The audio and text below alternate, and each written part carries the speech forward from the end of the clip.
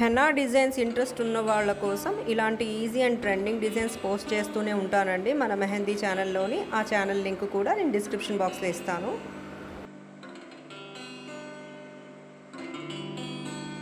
Easy డిజైనేనండి, కాస్త practice మీద వచ్చేస్తుంది.